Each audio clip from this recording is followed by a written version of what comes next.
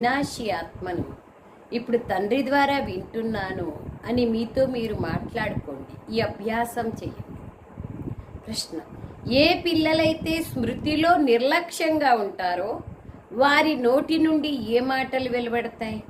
జవాబు: మేము శివబాబా పిల్లలమే కదా, కాబట్టి స్మృతిలోనే ఉన్నాము అని అంటారు. కానీ అవన్నీ అసత్యమే. అది నిర్లక్ష్యం యొక్క మాటలు. ఇందులో పురుషార్థం చెయ్యాలి. బ్రహ్మా బాబా కూడా చేసేవాళ్ళు. సో మనమింత బ్రహ్మా బాబా శివబాబా యొక్క రథం అయినప్పటికీ పురుషార్థం చేస్తున్నారు.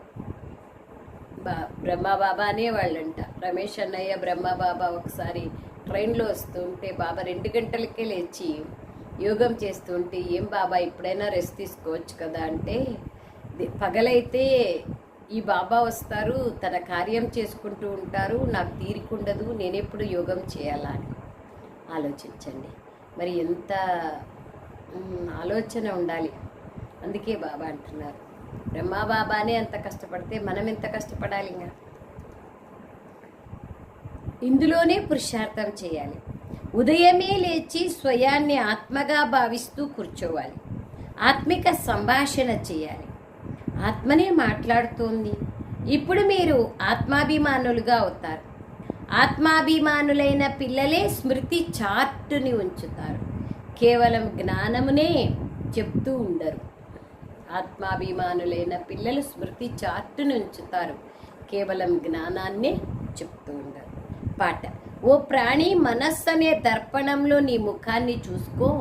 పాపం ఎంత చేశావు, పుణ్యం ఎంత చేశావు అని నీ మనస్సు అనేటువంటి దర్పణంలో చూసుకో అనేది పాట సారం.